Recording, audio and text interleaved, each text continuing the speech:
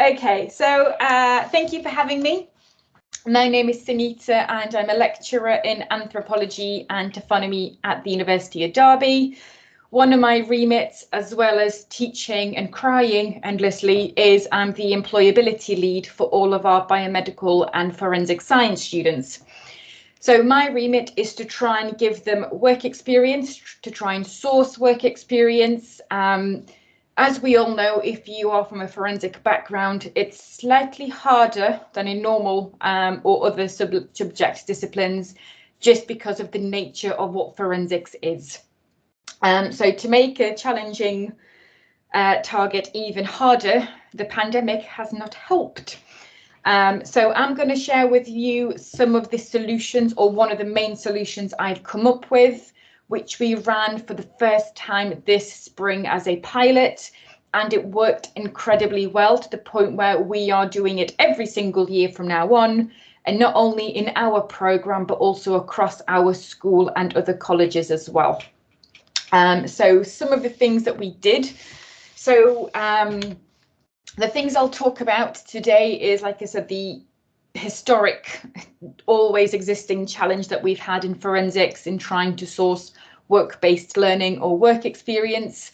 So at Derby, our students have to complete 30 hours of work experience in their second year.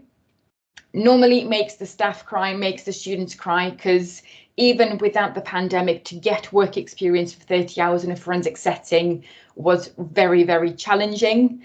So then I'll talk, like I said, I'll talk to you about the bright idea that I had.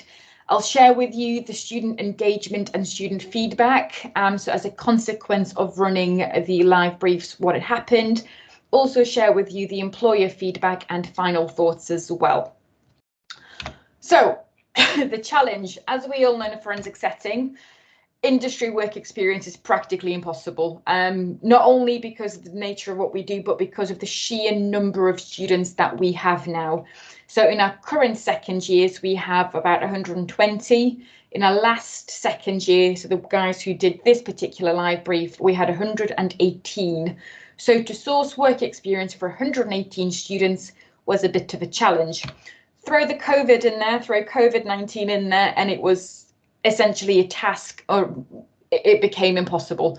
There was no way that we could get any work experience because the world was closed. So ridiculously impossible. So I had to think to myself, what can I do to get these students through, because they are assessed on these 30 hours work-based learning. They have a reflective piece, and I didn't want the students, or 118 of them, to fail. So I came up with the idea to beg and plead with colleagues and practitioners to offer us live briefs. So the university has already had these in place with other programs. So sports, for example, was one of the main programs where this was kind of normal. So they integrated and worked with industry to come up with solutions using students. So I thought, could we do something similar in a forensic science setting? So I contacted, begged, pleaded with friends, colleagues and organisations in the local area to see if they could help me deliver a live brief. A live brief is essentially any challenge that a client or the organisation currently ongoing, a research project, whatever it may be. They give us a brief, and the students are employed as research assistants responsible for delivering a solution to that particular challenge. Their solutions and findings they needed to present, not to staff, but to the employer or the management team of the organisation. So a very professional setting, something these students aren't used to. They're used to just presenting for assignments rather than for a job kind of thing. So students were asked to conduct a pre and post project skills audit to see have they grown as a person as a consequence of the live brief, and then to reflect on the skills audit and their experience during the live brief as well. At the end, as a nice little treat, because everybody likes a certificate, let's be honest, even we do to this day, it doesn't change. the organisations agreed to give them a certificate of acknowledgement, so they had something for their portfolios and their CVs. So I was very, very, very fortunate to have friends and colleagues who work with EMSU, so the East Midlands Special Operations Unit, the Forensic Services, essentially the CSIs, the crime scene investigators and crime scene managers, and 2 people from the part of the Forensic Capability Network who looked at essentially transforming forensics. So all of the accreditation and validations that are happening in the field. So one of the key employers, if you like, through EMSU was a crime scene manager who's also an assessor of the Chartered Society of Forensic Science. We had a business transition manager from the NPCC Transforming Forensics, who was part of the digital remit there, and we had a product development officer for CSI accreditation, including standards and the accreditation processes. Our students have heard these words before. They've heard about accreditation, they know that these things are happening, but they've never worked on an actual validation document before. So these 3 wonderful human beings, as part of their organisations, presented us with a load of live briefs or challenges. And this is some of the examples of the projects that were offered that the students could work on. So we had a total of 15 projects across different subjects, if you like, within transforming forensics and EMSU that they could work on. Everything from virtual reality and crime scene investigation that Lorna was working on to validate, all the way through to GSR recovery methods, specialist photography, name it. So there was a massive breadth of projects that they could work on. So this could then obviously help them in their career choices and progression routes, because not everybody in forensics wants to be a CSI. Some people want to do different things, which is nice. It's what makes forensics so interesting. So this is the project or the briefs that were offered. The employers came in and did a 20-minute presentation on, this is the project, this is the title, this is what I'm after, go away and do your thing. Now, it was different because the students are used to having assessment briefs. They're used to us telling them exactly what to do, giving them examples, giving them mark schemes. They have so much guidance. This was literally, this is the problem, I want a solution in X number of weeks. So students, to help them, were given key milestones or directions, if you like. So this is what I set up from the day that they were given the brief, all the way through to registering through our careers workflow, so we could keep track of who was doing work experience and who wasn't. Knowing students, I had to make sure that they worked progressively on their project. So I had interim checkpoints where they had to present just 2-3 minutes of what they've done so far, just like you would in a normal working team, down to submitting their work, to preparing their pitch, to pitching their solution to the organisations, and then obviously getting the nice piece of paper at the end. So initially we had a bit of, how shall I put it, challenges, because students were just not used to having this much freedom and almost project management themselves. But once we got going, things, after the first 2 weeks, things were nice and smooth. So upon registering in their groups, and they could pick their own groups, students were given confirmation emails, again, just like you would in any working place, which were approved, and we had engagement from the employer in this. Again, fully briefed by the employer. They were given a sample of the validation documents because they have not seen these before, not to the extent that you have in the working world. Out of 118 students, 101 signed up. The other 17, we still don't know where they are. I think they're maybe on an ABS and a break from study. So 101 students signed up. We also opened this up to level 6 because we felt bad because they've lost an entire year of work experience when the pandemic first hit. So we opened it to level 6 as well, and 5 groups signed up. So the interim report deadlines were put in their calendars, and this was treated as a job. This was not an assignment. This was not just another piece of work for university. This was treated as a job, and the students were treated as employees. If the group didn't turn up to the interim checkpoints, without a valid explanation. They were simply fired. How horrible that sounds, I know, but we had to make sure this was a professional experience because it's all about work-based learning.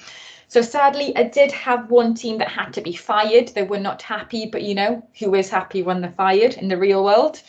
And also one team was given a warning for lack of engagement for the first checkpoint. However, after the warning from the employer and myself, they really sorted themselves out and they created a very, very good project.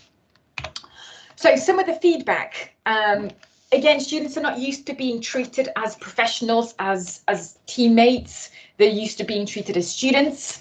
So some of the questions that we asked in the feedback session at the end was, you know, what did you enjoy the most about the live briefs? And surprisingly, even though the challenge we had at the beginning of, I want more information, what am I doing? Can I have an example of this? Can I have an example of that? They really actually ended up enjoying having the freedom to self-manage themselves. So to work in a group and as a team to get to know people who had similar interests and who wanted to go into similar fields of work. You know, to actually work with an organisation other than a university and to learn the structure about them and what a working day would be like in that situation. Being able to research a project that they wouldn't have had the opportunity to research in as much depth within their studies, because there's a certain number of staff and a certain number of modules. We do what we can, but also, you know, some of the language ended up changing and the attitudes of the students massively changed. I was really surprised and really overwhelmed by how professional they were after the first 2 weeks. One of the things they didn't like was presenting, but it is what it is. You know, you have to get the information out there. You know, we still had the typical, I want to be on campus rather than online. But again, they knew that there was nothing we could do. They just still wanted to voice that. You know, having to find your groups was hard. Well, it was, but actually when they found somebody to work with and it was a subject they were all interested in, they really had a good time at the end as well. Some of them, again, complained about, you know, there's so much to do. We have to manage our projects, our modules. Yes, you do. That is the reality of being a professional. You don't just have one task to do in a week. You have 100 things to do in a week. But again, so yeah, still wanted more direction. But again, towards the end, that absolutely shifted. What did you learn about yourself? So we wanted not just for them to learn skills and how organizations work, but to become more self-aware, hoping that that will then kind of go into other modules on the university studies. So what we wanted to know was, what did they learn about themselves? And some of these I found really fascinating. You know, the fact that, you know, I can actually work in a team with people I don't know. Well done, that's really good. I wanted to learn something new. You know, they recognized what they needed to improve on in themselves. Their confidence grew massively with working in a team. Communication skills, again, they're used to talking to academics, they're used to talking to staff, but they're not very much experienced in talking to professionals and practitioners and management. And this was their opportunity to do that. You know, one of them ended up doing too much and they were aware of that, but they liked that they tended to lead the group when they needed to build the presentation. So absolutely wonderful to see how students how their personal growth had grown as well as their academic growth. Again, another interesting question I thought we would ask, you know, if you were to do it again, thinking about the actual module work, what would they do differently? What would they change and why? So a lot of them have been very honest, which again was a really nice thing to see. We have reflective exercises in modules, but they're very superficial. They say what they think they should say. They weren't very actually reflecting. So this was really nice. So, you know, some of them realised that they need to dedicate more time to this activity. Some of them would prefer to work in bigger groups because then they could do more for the validation exercise. They would have started it earlier. Yes, please start your assignments from the day you get them. But they would have started it earlier with plenty of time left to finish the project and reflect. So again, really nice to see some actual genuine reflections. And not only did we give them this opportunity because they had to do one, because they had to get 30 hours of work-based learning, but we thought we'd ask them what was the value and worth of completing such a thing. So again, a lot of them saw the value in terms of their employability, in terms of their networking, how, working with a potential future employer.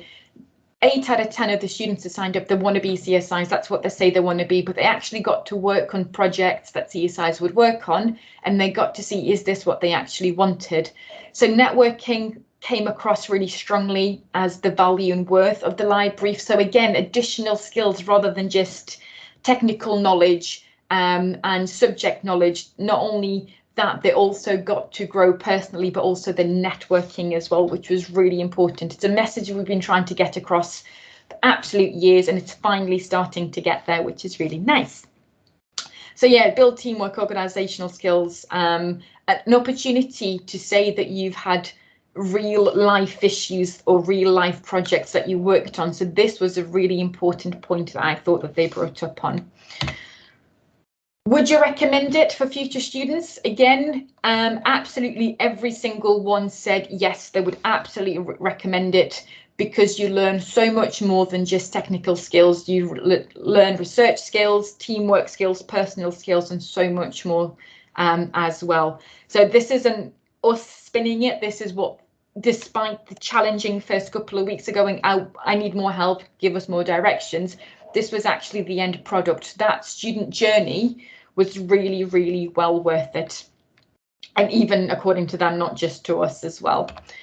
So employer feedback. So great, the students had a good time. They got to pass the module, brilliant. But what about the industry? What about the organisations that worked with us on this? They were absolutely blown away. I was absolutely honest from day one. I treated this as a pilot because we hadn't done it before, especially on this scale. The organisations or the managers, essentially the students presented to, they actually had to make changes to their current planned schemes of work, because students came forward with ideas and issues that they hadn't even thought about. So really extremely valuable. It saved their team a whole load of time, especially for the contextual research, the literature reviews. Our students were really, really very useful for that. And as a consequence of the way, or consequence is a very negative word, as a result of what happened, we have several more managers and a whole load more projects that will be available to present to our students in spring, in the coming spring. So massively growing our portfolio of live briefs, growing our portfolio of the organisations who are involved as well. And in terms of from the academic side of stuff, so I was the only one kind of running it, leading it, organising it. I'm not going to lie, it made me cry a little bit, but it was absolutely worth it. Majority of our students were incredibly professional, and once it started and got going, they adhered to the rules, the timelines, and there were no support plans, because again, sadly in the working world, you don't get extensions on things. No, it was clear that they had grown personally and professionally. It was, as a consequence of that as well, their engagement in some of their assignments had improved as well. I am hoping to do a study in this and get a paper out in the next couple of years to see, does the live brief actually make a difference to the other modules as well.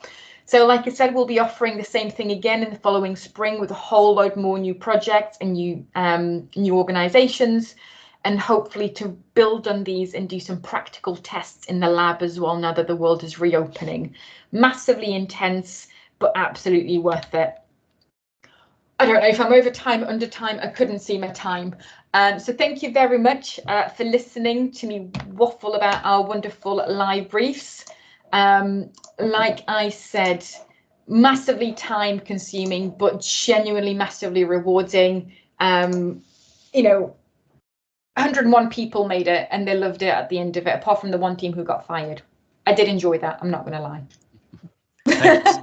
Thank you, Sanita, so much. That was an excellent presentation. You're getting lots of plaudits in the chat box down the side, and I have embarrassed you already by sharing the fact that you won an award for this particular. Oh Lord, yes, I did, didn't I? I forgot about that. Yes, yeah. So I've got quite a lot of questions, Sanita. obviously we might not get through them all in time, so I'll ask you some now for the camera, and perhaps you can pick up the rest of the chat.